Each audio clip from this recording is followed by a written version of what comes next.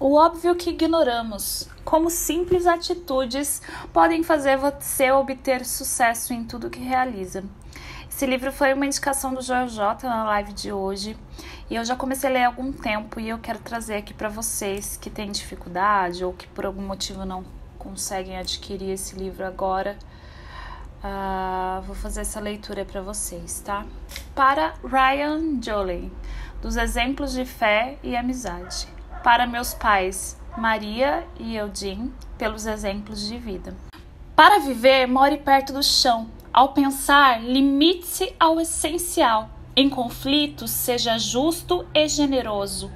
Ao governar, não tente controlar. No trabalho, faça aquilo que gosta. Em família, esteja sempre presente. Tao Te Ching. Capítulo 1. O segredo por trás da beleza. O ponto de partida de todas as pessoas que têm sucesso. Paulo Francis batia com a mão sobre a mesa reclamando com a equipe no escritório da Rede Globo em Nova York. Por que eu tenho sempre que entrevistar gente aborrecida? Eu quero Gisela. Uma semana depois, o jornalista, então com 65 anos, estava de frente à modelo. O encontro ocorreu no Circus, um restaurante de comida brasileira a 2 quadras do Central Park. Gisele chegara havia pouco tempo em São Paulo, tinha 15 anos e não falava mais que meia dúzia de palavras em inglês. Seu sucesso na época era modesto, algumas dezenas de desfiles e apenas 2 capas de revista, a Capricho e a Marie Claire, ambas brasileiras. Francis, dono de um estilo contundente, sarcástico e sempre temido, naquele dia se mostrava surpreendentemente doce. Você é menina ou mulher? Perguntou. Gisele riu. Fez um movimento com seus cabelos loiros. Mulher, é claro. Francis se aproximou um pouco mais, tocou a grossa moldura de seus óculos, fixou-se nos olhos azuis de Gisele e quase num sussurro a galanteou. E se eu te disser que você é a mulher mais bonita do mundo? Gisele riu outra vez, disfarçou, de certo não sabia o que dizer. Francis não viu a sua musa subir ao topo por causa de um infarto fatal no ano seguinte. Gisele foi muito além do que ele podia imaginar. Ela conquistou o título de mais bonita do mundo e tornou-se multimilionária. É considerada também uma das 100 mais influentes do mundo. E tudo em menos de uma década. O que havia então na pouco conhecida Gisele que Francis, observador arguto, notou imediatamente? O enigma de Tamayoto. Upper West Side é um bairro que fica no lado oeste da ilha de Manhattan, acima da Rua 59, entre o Central Park e o rio Hudson. O local transpira tranquilidade, conhecido como um dos 10 lugares residenciais mais caros dos Estados Unidos, tem essa forma por hospedar a classe cultural artística de Nova York. Elizabeth Gibson é uma escritora que mora na Rua 72. É alta, loira, de estilo elegantíssimo. Numa manhã de sábado, em março de 2003, saiu em direção a Broadway, a poucos blocos de onde mora. Como fazia todas as manhãs, ia tomar café num charmoso Starbucks. Quando chegou à esquina de sua rua, em frente ao prédio residencial Alexandria, viu uma tela enorme abandonada entre 2 sacos de lixo. A pintura era quase inteiramente abstrata. Distinguia-se, porém, um homem, uma mulher e uma figura andrógena num misto vibrante de púrpura, laranja, amarelo, com uma delicada cobertura de areia. Elizabeth parou por um instante, observou a obra intrigada e seguiu seu caminho. Enquanto tomava café, não conseguia tirar o pensamento daquela tela. Algo a impelia a voltar ao lugar e fazer uma segunda avaliação.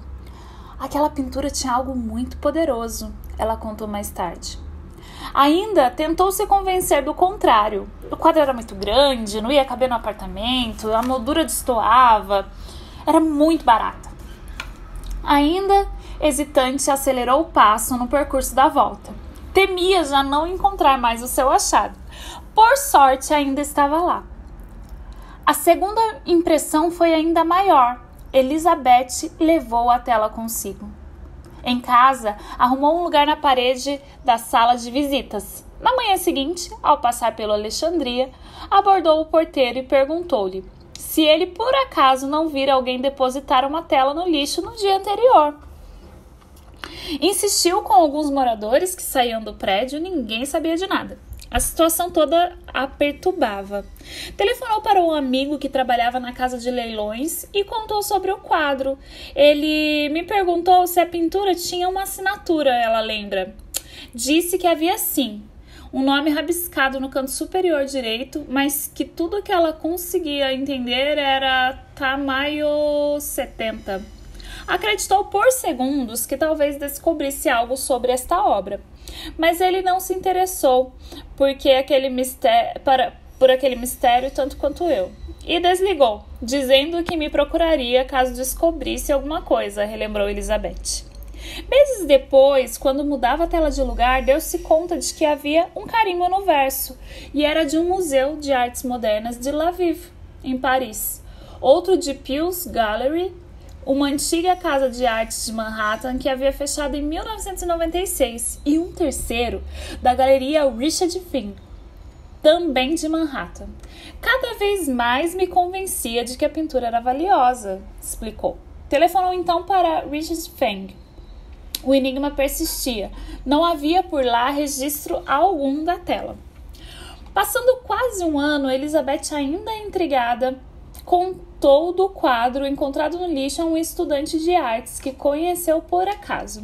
Dias depois, ele lhe apareceu com um catálogo do qual constava uma pintura de um mexicano chamado Rufino Tamayo, vendida por $500 mil. Fui até a biblioteca da universidade onde o rapaz estudava e lá encontrei uma pilha de livros sobre Tamayo, ela lembrou. Um deles tinha na capa nada menos que a pintura encontrada no lixo. Agora ela sabia que o pintor e obra eram famosos. Uma nova pergunta não a deixaria dormir. A tela seria original? Elizabeth achou melhor não deixar mais a obra exposta. Com a ajuda de uma amiga, removeu a parte dos fundos do seu closet e criou uma parede falsa. Com cuidado, envolveu o quadro em cortinas velhas e escondeu-o ali. Decidiu não falar mais publicamente sobre isso. Tempos depois, leu em uma rede de televisão do estado de Maryland iria transmitir um documentário sobre as obras-primas desaparecidas, incluindo uma obra de Tamayo. Elizabeth não teve dúvidas de que ali estaria a informação que ela tanto procurava, mas havia um problema. A emissora cobria a região de Baltimore, em Maryland, e Elizabeth estava em Nova York. Decidida a não perder a oportunidade, certificou-se de que chegaria a tempo, tomou o primeiro ônibus e foi para Baltimore. Entrou no hotel em cima da hora. No quarto, largou a bolsa em cima da cama e começava, enfim, o programa que esclareceria o mistério que para ela já contava 4 anos. 3 personagens. A pintura original do Rufino Tamayo foi roubada de um casal em Houston, no Texas, 2 décadas antes. O objeto de investigação do FBI tinha valor estimado em $1 milhão. Assim que ela retornou para Nova York, Elizabeth agendou uma reunião com o August Reeves, diretor da Sotheby's, famosa casa de leilões, entrevistado pelo programa. Ao chegar à casa dela, o Reeves imediatamente reconheceu que a tela era de fato a original. O que fez Elizabeth, que nunca entendeu muito de arte, intuir desde o primeiro dia que o quadro encontrado no lixo era valioso? Porque durante tanto tempo fez o possível para desvendar um mistério que sabia existir? De onde vinha o poder que tanto intrigou Elizabeth? Que segredo, afinal, se esconderia por trás da beleza? O poder do discurso simples. Em julho de 2004, o Partido Democrata Americano realizava sua convenção nacional, quando um jovem político de 43 anos subiu ao palco. Seu nome era Barack Hussein Obama. Até ser escolhido para fazer o pronunciamento naquela convenção, Obama era praticamente um desconhecido no meio do político americano. Sua área de atuação se restringia ao estado de Illinois, onde em 1996 havia sido eleito membro do legislativo local. Fora isso, atuara como líder comunitário, advogado e professor de direito constitucional na Universidade de Chicago. Em 2000, tentou eleger-se para o Congresso americano, mas não conseguiu. Apesar desse fracasso, 3 anos depois, anunciou sua candidatura ao Senado.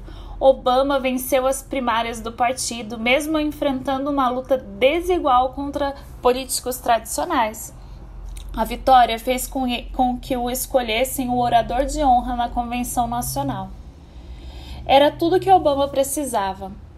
Ao final de 15 minutos, se tornaria um ídolo nacional. Seu pronunciamento entrou para a história como o discurso. Enquanto falava, Obama retirou pessoas de onde elas estavam e as transportou para os diversos lugares que marcaram sua longa trajetória familiar. Fez com elas um passeio pelas vilas pobres do Quênia, onde seu pai havia nascido.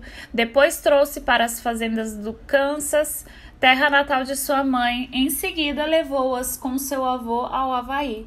Depois, seu percurso subiu até Harvard, onde se graduou, e logo desce outra vez para os lugares mais pobres de Illinois, onde mesmo com um diploma de primeira linha, prestou serviços comunitários por anos. Partindo de diferenças, Obama criou semelhanças. Ele uniu cores, nações, raças, crenças e posições sociais. Num país como a América, o nome não deve ser problema para uma pessoa alcançar o sucesso, disse, para justificar seu nome em comum, desassociando-o de seus inimigos como Saddam Hussein e Osama Bin Laden. No final do discurso, quando ele disse a última frase, havia transformado a sua história pessoal na história de cada americano. Seu discurso franco cativou o coração de milhões de pessoas. Provavelmente você já presenciou um momento como esse, quando um professor, um palestrante ou um líder empresarial sobre o palco encanta com a mesma elegância de sempre, porém mágica, de Obama. É a mesma sedução de um quadro valioso como o de Tamayo e o de uma jovem modelo prestes a se tornar a maior do mundo. São exemplos do misterioso fascínio que algumas pessoas ou objetos exercem sobre nós. De onde vem esse poder? Que segredo se esconde por trás de tão diferentes formas de beleza? Deparei-me com o mesmo fenômeno no verão de 2006, ao visitar o Museu Nacional de Arte Reina Sofia, em Madrid. Ansioso, avançava pelas galerias do museu, quase sem reparar nas outras obras que encontrava. Queria realizar o sonho de infância de ver Guernica, a famosa pintura de Pablo Picasso, uma das mais conhecidas no mundo, pintada em 1937. Retrata o bombardeio da vila de Guernica, ocorrido durante a Guerra Civil Espanhola. Trata-se de uma imensa tela de 3 metros de altura com quase 8 de largura. As imagens em preto e branco, com leves tons azulados, à primeira vista são confusas, indefinidas e quase incompreensíveis. Ao avistar o quadro, a primeira impressão nada teve de espetacular. O que há de especial nisso? Eu me perguntei. E a primeira resposta que se pode dar é nada, pelo menos aparentemente. Não é o que se pode considerar um quadro belo, pois ali está todo o horror representado. Decidi, então, explorar a pintura com mais cuidado. Logo o encanto se revelou. As cenas que compõem a obra de morte, violência, brutalidade, sofrimento e súplica finalmente me tocaram. O que vi, então, não era mais a Guernica representada por Picasso, mas algo bem mais poderoso. Senti fluir da pintura um sentimento de dor, de agonia, de compaixão. Da tragédia ocorrida na Espanha, o quadro me levou aos mais distintos cenários de violência e sofrimento humano, no Iraque, no Afeganistão, nas Ruandas, as favelas do Brasil, das dores do mundo às minhas próprias. Eu deixei o museu intrigado. A excepcionalidade do Guernica não está propriamente nos traços, mas o que flui deles. Existe uma beleza que ultrapassa o que vemos na tela. Gisele e o conceito da beleza. Pense na seguinte questão. Gisele Bündchen é realmente a mulher mais bonita do mundo? Óbvio que não. Ela é uma mulher linda, isso é inquestionável. Porém, qualquer um concorda que se saíssemos por aí com o objetivo de encontrar mulheres bonitas, poderíamos encontrar algumas mais. Até a própria Gisele não se considera assim tão bonita. Eu pensava que eu era a pessoa mais estranha que já andou na face da terra, ela disse certa vez, referindo-se a si mesma na adolescência.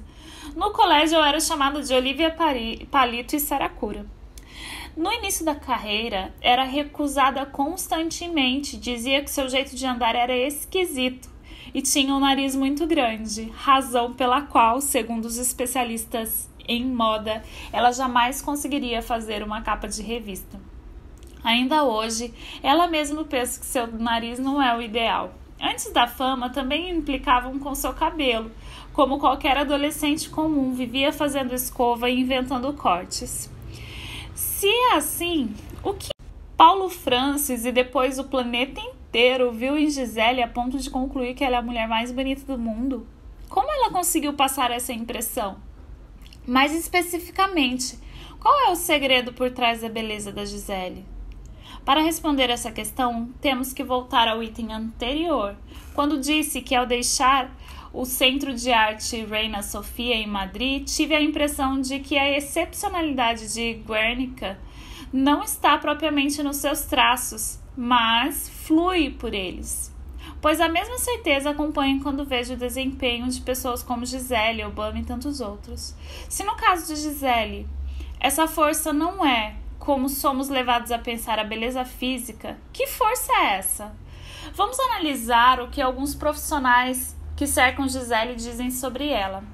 Gisele é a expressão máxima da vocação para o que se faz, afirma o fotógrafo brasileiro Bob Wofferson, que trabalha com o modelo desde que ela estreou aos 14 anos. No início da carreira, um dos primeiros ensaios que Gisele fez, Wofferson disse a ela, chora, e Gisele chorou. Ela é um gênio na passarela e na frente das câmeras. Elogia Wofferson. E completa.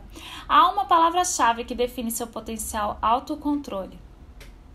Steve Meisel, um dos fotógrafos internacionais mais conhecidos do mundo da moda, afirma a mesma coisa. Gisele é uma camaleoa e uma excelente atriz, ele argumenta.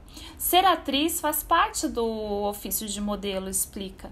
Ela é capaz de encarnar uma série de emoções distintas com uma facilidade absurda.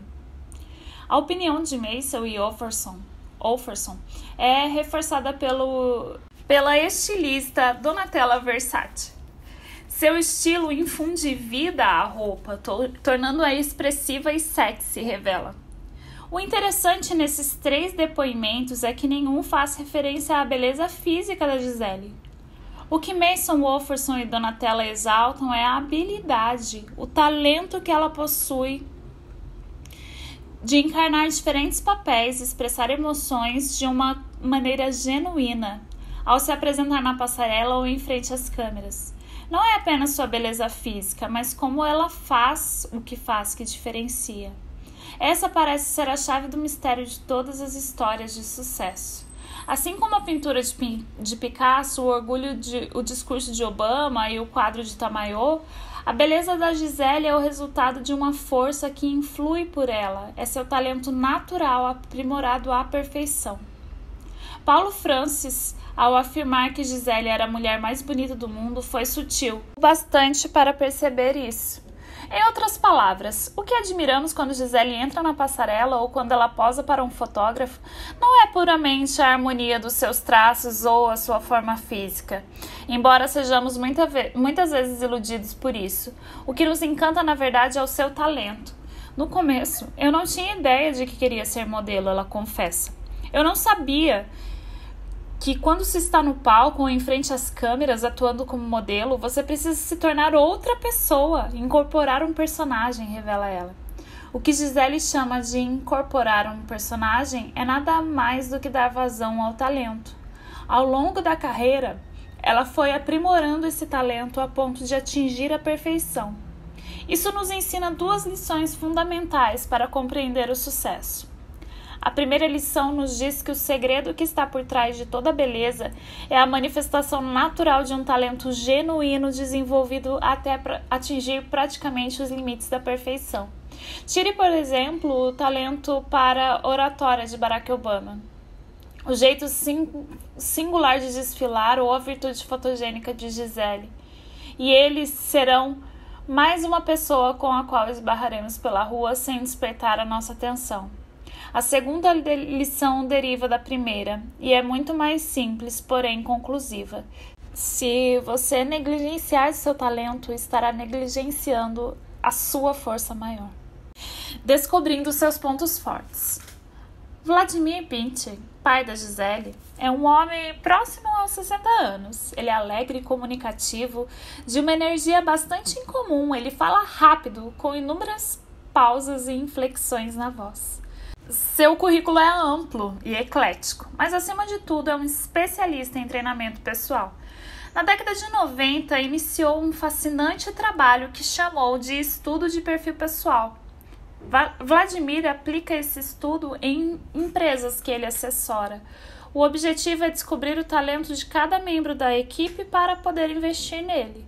Uma vez descoberta a habilidade de cada integrante do time, a empresa é estimulada a oferecer condições para que a pessoa passe a atuar na área onde suas atribuições contribuam para seu desenvolvimento, para desenvolver este potencial.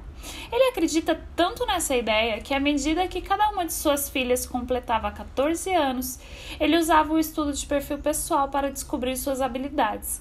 Como passo seguinte, sugeria que investissem numa área que desenvolvesse esse potencial. Essa é uma ideia muito simples e não existe nada de novo e misterioso nisso, mas quando aplicado, ele cria resultados espantosos, garante. E ele explica por quê. Construir sobre o talento faz com que as pessoas despertem a curiosidade e a paixão que trazem dentro de si. E não há fonte de energia maior que essa. Segundo Valdir, tudo o que precisamos é descobrir onde está a nossa paixão e curiosidade para atuar na área. Essa parece ser uma questão óbvia. O problema está no fato de que o que acontece no nosso dia a dia é exatamente o contrário. Nós somos levados a ignorar nosso talento. Suponha, por exemplo, que você tem uma facilidade enorme para aprender matemática, mas que em gramática suas notas são um desastre. As lições de matemática você já concluiu ali mesmo. Enquanto o professor repete algum ponto, um colega não compreendeu. Você se sente desafiado pela matemática, ela o estimula. Olha para seus colegas e pergunta: como conseguem complicar algo tão simples assim? Em gramática, entretanto, é o contrário. Falta ânimo, falta curiosidade, o conteúdo é chato. Regras gramaticais não lhe despertam o mínimo de interesse. O livro de matemática está todo rabiscado com exemplos e anotações. Agora o livro de gramática está intacto como novo. O que geralmente acontece nesses casos? Você é obrigado a participar de aulas de reforço em gramática, certo? Os pais lhe mandam estudar gramática. O conselheiro do colégio o chama em sua sala e o aconselha a estudar gramática. O professor de gramática, bem, você já não aguenta mais ouvir falar em gramática. Paciência, porque mesmo assim, no final do ano, você ainda terá mais um mês de reforço em gramática. Com isso, não estou dizendo que você não deva estudar gramática, tá? Ou no caso inverso, matemática. Cada uma dessas disciplinas é fundamental para o excelente desempenho na vida. O problema é que, seguindo o exemplo acima, em todas as circunstâncias, a pauta é a gramática, ou seja, o seu ponto fraco. Desde muito cedo você é forçado a concentrar nos seus pontos fracos e não em suas habilidades. Seu talento fica em segundo plano. Você é orientado a investir tempo e energia na tarefa ingrata de reforçar suas fraquezas, achando que deste modo você atingirá a excelência. Pesquisas revelam que alunos com bom desempenho escolar nem sempre atingem sucesso profissional. Como poderiam? Os gênios da matemática são forçados a decorar conjugações de verbos e regras de sintaxe durante anos. Os gênios da gramática são forçados a memorizar fórmulas. Resultado: elevam nossos pontos fracos e reduzem nossos pontos fortes. Em geral, atingimos apenas a média. Valdir Bintin fez exatamente o contrário com sua família. Mais do que ninguém, ele é um investidor no talento pessoal.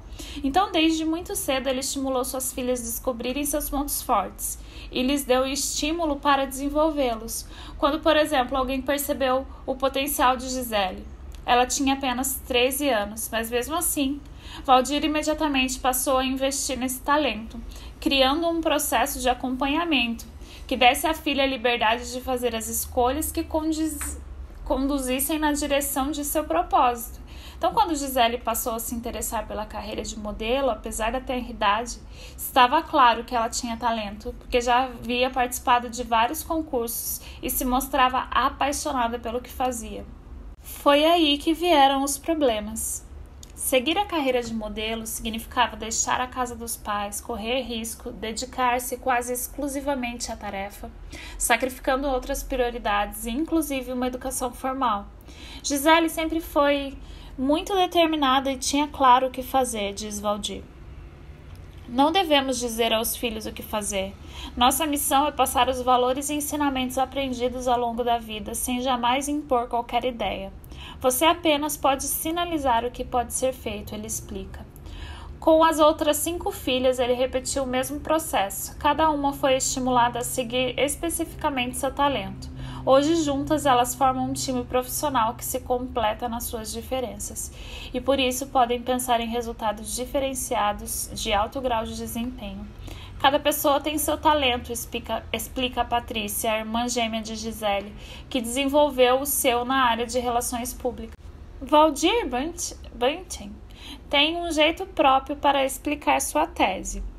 Se 2 pessoas disputam salto em altura e uma toma impulso da areia enquanto a outra de um piso de concreto, quem terá o melhor impulso e, consequentemente,